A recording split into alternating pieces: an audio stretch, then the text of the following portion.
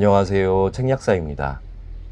오늘은 마스터의 제자 마지막 낭독 시간을 가져보려고 하는데요. 오늘은 9장 I am이라는 말 일부분을 낭독해 드리도록 하겠습니다. 저번에도 말씀드렸지만 책 내용이 너무너무나 재밌는데요. 이 책을 꼭 구입하셔서 읽어보셨으면 좋겠습니다. 여러분들에게 도움이 됐으면 합니다.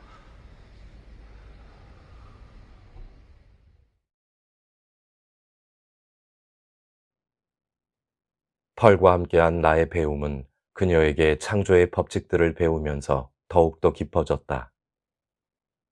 이 위대한 법칙이 끊임없는 자기 관찰과 결합되었을 때 이것은 우리를 자기 완성, 즉 마스터리로 이끌어준다.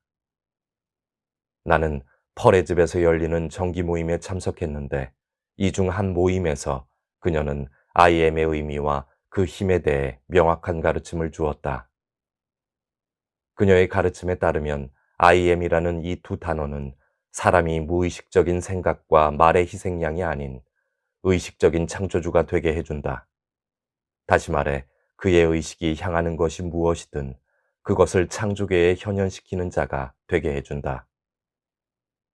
성경의 창세기에서 이르기를 이 말씀으로 모든 것이 이루어졌다고 했는데 나는 이제 그 말, 더 정확히 말하면 I am이라는 두 단어가 어떻게 우리의 상념을 현현시키는지를 이해하게 되었다.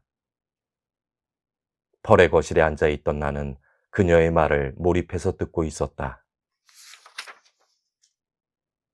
내가 누구인지 이해하면 모든 것을 이해한 겁니다. 그녀는 자신의 가슴을 가리키며 말하기 시작했다. 지금 저는 에고, 즉 작고 유한한 나가 아니라 무한한 나를 말하고 있는 것입니다. 당신이 하나님이라고 주장하는 게 아닙니다. 이것은 오히려 당신의 상위자로서 나타나기로 선택하신 그 우주의 무한하신 하나님이 창조계에 나타나시도록 당신이 그분을 불러오는 것입니다. 당신이 이 전지전능한 마음을 에고의 의도대로 조종하려는 욕망을 내려놓는다면 당신은 삶의 매 순간 이 권능을 사용할 수 있게 됩니다. 당신은 심장 근처의 부드러운 지점, 그 열려있는 지점을 통해 바로 지금, 그리고 항상 이 내재하신 하나님께 다가갈 수 있습니다. 그럼 다시 물어보세요.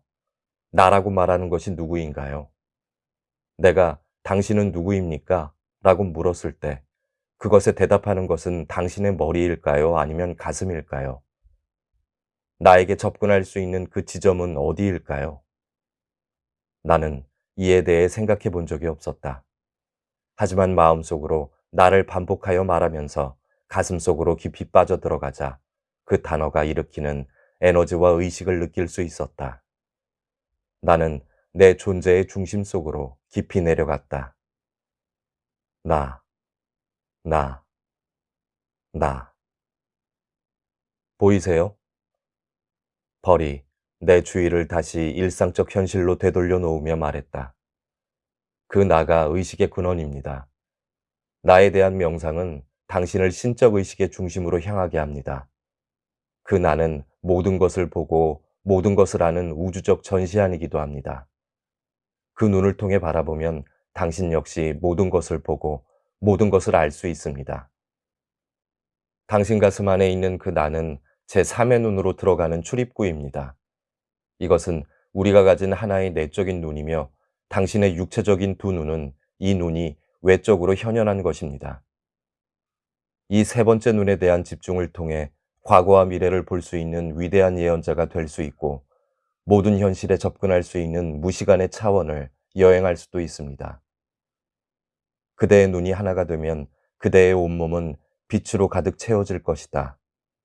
성경에 있는 말입니다.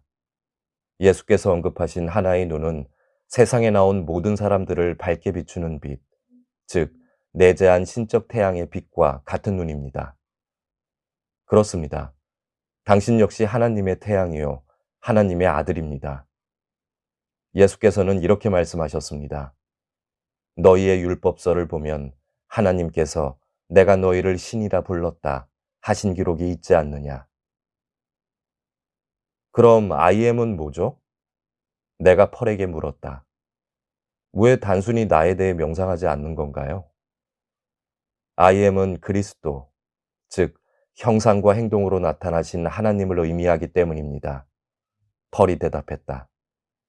당신은 영원히 나에 대해 명상함으로써 위대한 고요 속에서 지복을 누리며 살 수도 있습니다.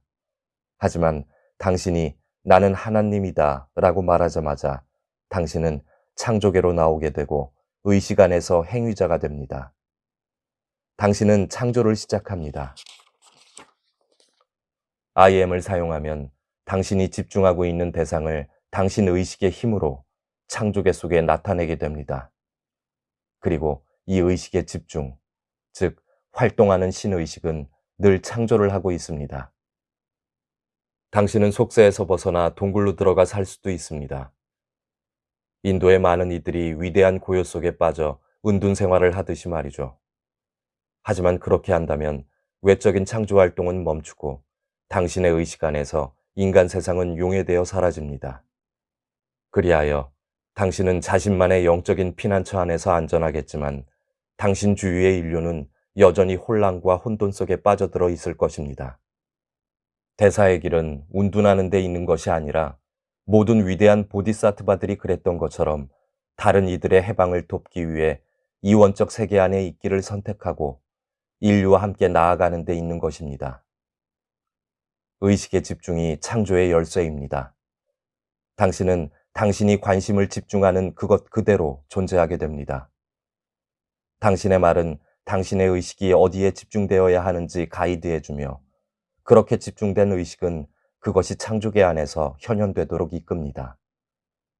당신이 생각하고 느끼고 보는 대로 바로 그렇게 될 것입니다. 따라서 무엇을 요청하거나 말할 때는 신중해야 합니다. 당신의 말, 생각, 그리고 느낌 모두가 당신이 무엇을 창조하는지를 결정하기 때문입니다. 또 당신이 무엇을 창조하든 당신에게 그 책임이 있다는 것을 알아야 합니다. 당신이 창조하는 모든 것은 언젠가 당신에게 반드시 돌아가게 되어 있습니다. 그러면 당신은 자신이 창조한 그것을 어떤 식으로든 마주해야만 합니다. 이것이 바로 심판의 날인 것입니다. 우리가 이번 생애에서뿐 아니라 지나간 모든 생애들에서 창조한 것들을 살펴볼 때는 우리 자신의 창조물들을 심판하고 또 우리 자신을 심판하게 됩니다. 하나님이 주신 큰 선물인 자유의지를 어떻게 사용했는지 스스로 판결하는 것이죠. 나는 내 신적 권능을 어떻게 사용했는가? 나는 이 차원에 와서 배워야 할 교훈을 진실로 배웠는가? 이것은 우리가 우리 자신에게 언젠가 물어봐야 할 질문이자 이 지구에서의 생이 끝난 모든 사람들이 스스로 물어봐야 할 질문입니다. 내가 배우기로 한 교훈을 정말로 배웠는가? 아니면 다시 육화에서 배워야 할 뭔가가 아직 남아있는가? 이러한 교훈은 오직 자유 속에서만 배울 수 있는 것이며 자유의지 안에서의 연습을 통해서만 가능한 것입니다. 천사들은 자유의지를 가지고 있지 않습니다. 그들은 신성하신 창조주 하나님의 의지와 하나입니다. 하지만 하나님께서는 인간에게 선택할 수 있는 자유의지를 주셨고 이 자유의지를 가지고 자유로이 실험할 수 있도록 허락하셨습니다. 우리 자신이 그 실험에 살아있는 증거입니다. 오늘날의 당신, 그리고 당신의 일상에서 만나는 모든 것들은 당신이 업겁의 시간 동안 진행해온 그 실험의 산물입니다. 당신은 이 실험을 얼마나 더 지속하고 싶나요? 당신은 그렇다면 내 자유는 어디에 있는 거죠? 라고 물을 수도 있습니다. 당신은 지난 생에서의 내린 선택들의 결과로 이 생애에서 자유를 제한받고 있고 그래서 자유롭지 않다고 느낄지도 모릅니다. 엄마가 아이에게 $5를 주며 빵을 사오라는 심부름을 시켰다고 쳐보죠. 아이는 가는 도중 빵이 아닌 사탕을 샀습니다. 빵집에 도착한 아이에게는 빵을 살 돈이 남아있지 않았고 그렇게 빈손으로 집에 돌아갑니다. 다음날 학교에 간 아이는 자신이 왜 샌드위치를 먹을 수 없는 건지 궁금해합니다. 왜 아이의 엄마는 아이에게 샌드위치를 만들어주지 않았을까요? 아이의 자유의지는 어디에 있는 걸까요? 아이는 스스로 창조한 그 카르마로 인해 고통받아야만 합니다. 이 카르마는 실수에 대한 벌이 아니라 그 자신이 지은 행동의 원인과 결과에서 기인한 것입니다. 왜 우리는 보석으로 장식된 원하는 모든 것이 있는 궁전에 살지 못하고 있을까요? 그것은 이미 우리가 그러한 부를 낭비했기 때문이며 이제는 남은 것들로 살아가야만 하기 때문입니다. 이것은 인류 전체의 이야기입니다. 우리가 지금 겪고 있는 일들은 우리의 지난 선택들의 결과입니다. 인류는 자신이 가진 자유의지, 그러니까 이전에 무분별하게 써버리고 남은 그 자유의지로 어떤 것을 행할지 잘 선택해야 합니다. 하지만 인류는 언제든 일어나서 I am 현존이신 아버지, 어머니, 하나님을 향해 갈 수 있습니다. 만약 인류가 필요한 교훈을 배웠으며 자신의 현실을 넘어서고자 한다면 인식할 수 있는 모든 한계들을 전지전능한 힘으로 초월할 수 있습니다. 잠시 침묵이 흘렀다. 나는 그 어떤 것도 초월할 수 있을 것 같은 느낌이 들었다. 그리고 내가 내린 선택에 따라 내 인생이 완전히 달라질 수 있으며 IM을 사용함으로써 우리 인생의 그 어떤 것도 바꿀 수 있음을 이해하게 되었다. 내 생각을 알아챈 듯 펄이 말했다. 대사들은 당신을 지켜보고 있습니다. 그들은 당신의 모든 생각과 느낌을 관찰하고 있으며 당신의 영적 성장을 위해 상위 차원에서 적절히 반응해주고 계십니다. 대사들은 당신이 창조의 위대한 법칙을 이해하도록 그것을 일상에서 적용할 수 있도록 돕고 있습니다. 또한 그들은 당신 삶의 가장 높은 신성한 계획이 펼쳐지도록 도와주고 있습니다. 기억하세요. 나는 뒤에 어떤 말을 가져다 붙이든 당신은 그것을 창조하게 됩니다. 다시 말해, 당신은 그것을 물질계의 영역으로 현현시킵니다. 이러한 창조가 즉시 일어나지 않는 것처럼 보일 수도 있습니다. 하지만 당신은 이러한 말들로 하여금 배후에서 현현의 과정이 일어나도록 만들었습니다. 이는 적절한 양분과 비료를 주면서 꾸준히 키워가야 하는 씨앗과 같습니다.